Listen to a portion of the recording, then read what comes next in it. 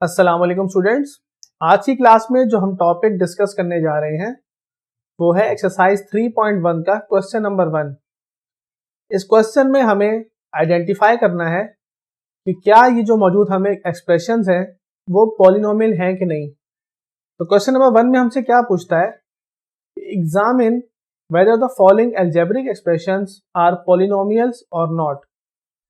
तो ये जो हमें गिवन एक्सप्रेशंस हैं हमें इनमें से आइडेंटिफाई करना है कि क्या ये पॉलिनोमियल्स हैं कि नहीं।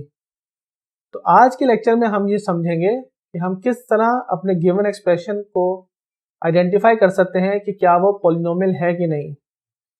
तो मेरे पास दो कंडीशंस हैं कि जिनकी बेसिस पे हम ये डिसाइड करते हैं कि क्या मेरी गिवन एक्सप्रेशन एक पॉलिनोमियल है कि नहीं। तो जो दो कंडीशंस हैं वो ये हैं, जिसमें मेरे पास पहली कंडीशन है कि वेरिएबल की पावर नेगेटिव नहीं होनी चाहिए। ये क्रॉस लगाने का मकसद यही है कि ये ना हो। तो अगर किसी पॉलिनोमियल एक्सप्रेशन में मेरे पास किसी वेरिएबल की पावर नेगेटिव आ जाएगी तो वो एक्सप्रेशन मेरे पास पॉलिनोमियल नहीं कहलाएगी।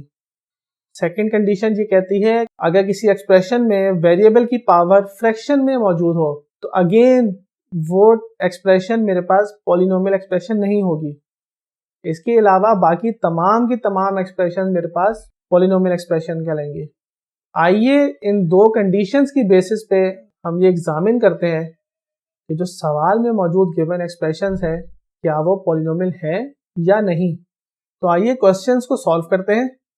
तो पहले पार्ट में जो मेरे पास एक्सप्रेशन गिवन है वो है 2x² minus 3x² plus 5y³ minus 6। तो अगर हम इन दोनों कंडीशंस को चेक करें इधर तो मेरे पास दोनों कंडीशंस फॉल्स हो रही हैं, यानी कि किसी भी वेरिएबल की पावर नेगेटिव नहीं है और किसी भी वेरिएबल की पावर फ्रैक्शन में मौजूद नहीं है। तो मेरे पास ये वाली जो एक्सप्रेशन है वो एक पॉलिनोमियल एक्सप्रेशन है। इसी तरह मैं सेकंड सवाल देखता हूँ अपना।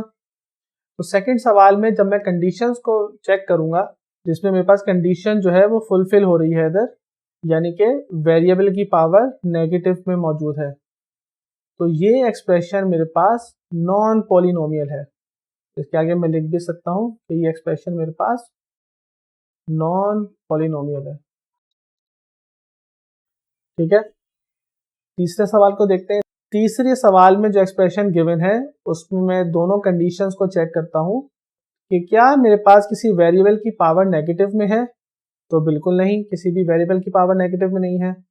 सेकंड कंडीशन क्या कहती है कि क्या मेरे पास किसी वेरिएबल की पावर फ्रैक्शन में है। तो किसी भी वेरिएबल की पावर फ्रैक्शन में नहीं है, तो ये एक्सप्रेशन भी मेरे पास एक पॉलिनोमियल एक्सप्रेशन है। तो इसको मैं लिख सकता हूं आगे ये पॉलिनोमियल एक्सप्रेशन, और ऊपर वाला भी पॉलिनोमियल एक्सप्रेशन है। फोर्थ पार्ट को चेक करते हैं। फोर्थ पार्ट में जो एक्सप्रेशन मेरे पास मौजूद है उसमें मेरे पास पहली ही टर्म में वेरिएबल की पावर फ्रैक्शन में आ गई है, यानी कि ये जो मेरे पास √x है ये मेरे पास है x की पावर हाफ। तो चूंकि इस एक्सप्रेशन में मेरे पास पहली ही टर्म में कंडीशन नंबर 2 फुलफिल हो गई है, यानी कि वेरिएबल की पावर फ्रैक्शन में आ गई है, तो ये एक्सप्रेशन मेरे पास पॉलिनोमियल एक्सप्रेशन नहीं रहा। तो उसको मैं लिख सकता हूँ नॉन पॉलिनोमियल। फिफ्थ पार्ट को देखते हैं। फिफ्थ पार्ट में मेरे पास जो एक्सप्रेशन गिवन है वो फ्रैक्शन की फॉर्म में गिवन है, यानी कि उसमें एक न्यूमरेटर मौजूद है और एक डिनोमिनेटर मौजूद है। जब ये डिनोमिनेटर ऊपर आएगा ये हो जाएगा 2 × x + 2 -1। तो चूंकि मेरे पास जो एक्सप्रेशन है वो एक फ्रैक्शन की फॉर्म में आ गई है, यानी कि रेशो की फॉर्म में आ गई है, तो ये मेरे पास नॉन पॉलिनोमियल हो गई।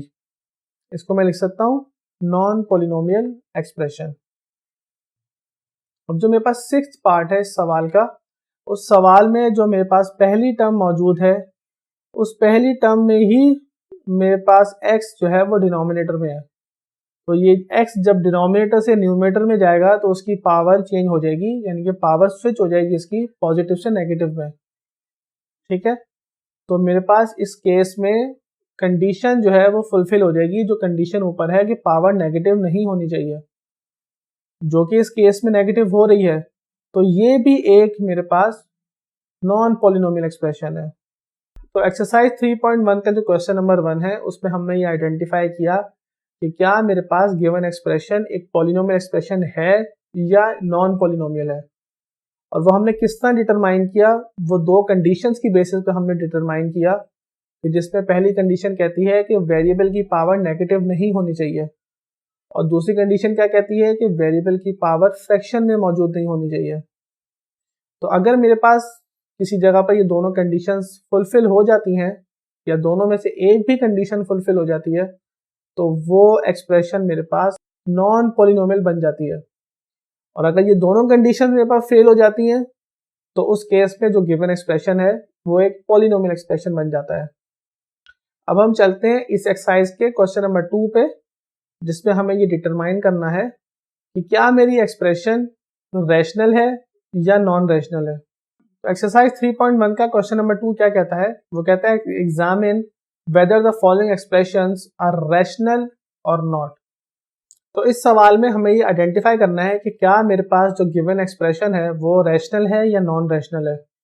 तो जो कंडीशंस हमने पिछले क्वेश्चन में देखी थी वही सेम कंडीशन मेरे पास यहाँ पर भी इस्तेमाल में आएंगी। तो यहाँ पर मैं दोनों कंडीशन को अप्लाई करूंगा न्यूमरेटर में भी और डिनोमिनेटर में भी, यानी कि फ्रैक्शन में मौजूद हर एलिमेंट पे मैं वो कंडीशन अप्लाई करूंगा, न्यूमरेटर पे अलग, डिनोमिनेटर पे अलग। तो क्वेश्चन नंबर 1 को सॉल्व करते हैं। तो इस केस में मुझे एक फ्रैक्शन गिवन है जिसमें मेरे पास न्यूमरेटर और डिनोमिनेटर मौजूद है। न्यूमरेटर मेरे पास है x² + 2x + 3 और डिनोमिनेटर मेरे पास मौजूद है x - 4। तो मैं अपनी इन गिवन कंडीशंस को इन दोनों पे अप्लाई करूंगा।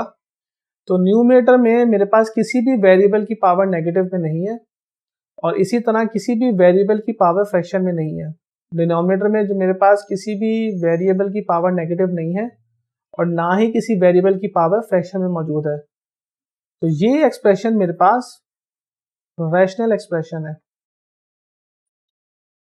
क्वेश्चन नंबर 2 में मेरे पास एक फ्रैक्शन मौजूद है जिसमें मेरे पास न्यूमरेटर में एक एक्सप्रेशन मौजूद है, डिनोमिनेटर में भी एक एक्सप्रेशन मौजूद है। तो हम अपनी इन दो कंडीशंस को अप्लाई करेंगे चेक करने के लिए कि आया ये एक्सप्रेशन रैशनल है कि नॉन रैशनल है। तो जब हम इसको न्यूमरेटर पे अप्लाई करेंगे तो न्यूमरेटर की केस में मेरे पास इस टर्म में जो वेरिएबल मौजूद है इसकी पावर जो है वो फ्रैक्शन में आ गई है, यानी कि जब मैं इस टर्म को कन्वर्ट करूंगा तो ये बन जाएगी 5x की पावर हाफ। तो चूंकि मेरे पास कंडीशन यहाँ फुलफिल हो गई है ये मेरे पास बन गया नॉन रैशनल एक्सप्रेशन। ठीक है। थर्ड क्वेश्चन में मेरे पास एक फ्रैक्शन गिवन है। इस फ्रैक्शन में मेरे पास न्यूमरेटर और डिनोमिनेटर है और दोनों में अलग अलग एक्सप्रेशंस गिवन है। तो मैं अपनी दोनों कंडीशंस को यहाँ पे अप्लाई करूंगा। तो न्यूमरेटर में अगर हम इसको देखें तो यहाँ भी मेरे पास वेरिएबल की पावर नेगेटिव नहीं है और फ्रैक्शन में भी नहीं है। जब हम डिनोमिनेटर में चेक करते हैं तो डिनोमिनेटर में भी किसी भी वेरिएबल की पावर ना नेगेटिव है और ना फ्रैक्शन में है। अब यहाँ पर ये जो √7 है ये कांस्टेंट है, ये वेरिएबल नहीं है। हमने जो भी चेक करना है किसी ना किसी वेरिएबल के साथ चेक करना है कि अगर वेरिएबल की पावर नेगेटिव है या वेरिएबल की पावर जो है फ्रैक्शन में है तो उसी केस में वो नॉन रैशनल होगा, अदरवाइज वो रैशनल होगा। तो ये पूरी की पूरी एक्सप्रेशन मेरे पास रैशनल एक्सप्रेशन है।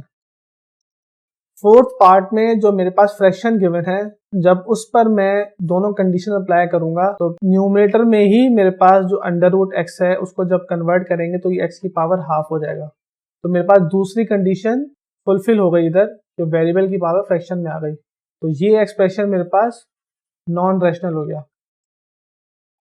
पांचवें सवाल में जो एक्सप्रेशन मेरे पास गिवन है फ्रैक्शन की फॉर्म में, उसमें न्यूमरेटर में कोई भी वेरिएबल मौजूद नहीं है, जबकि डिनोमिनेटर में जो वेरिएबल है उसमें दोनों कंडीशंस निगेट हो रही हैं, यानी कि वेरिएबल की पावर नेगेटिव भी नहीं है और वेरिएबल की पावर फ्रैक्शन भी नहीं है। तो ये मेरे पास एक रैशनल एक्सप्रेशन है, वो एक पॉलिनोमियल एक्सप्रेशन है जिसमें मेरे पास 3 टर्म्स मौजूद हैं।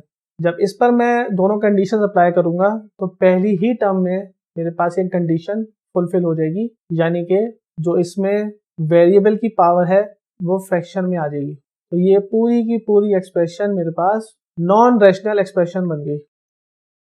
तो एक्सरसाइज 3.1 के क्वेश्चन नंबर 2 में हमने ये आइडेंटिफाई किया कि क्या ये गिवन एक्सप्रेशन मेरे पास रैशनल है या नॉन रैशनल है। तो उम्मीद करता हूँ आपको आज का लेक्चर समझ में आया होगा। नेक्स्ट लेक्चर में एक्सरसाइज 3.1 के क्वेश्चन नंबर 3 को सॉल्व करेंगे, जिसमें हम गिवन अलजेब्रिक एक्सप्रेशंस को सिंप्लीफाई करेंगे। तो मिलते हैं नेक्स्ट वीडियो में। अल्लाह हाफिज।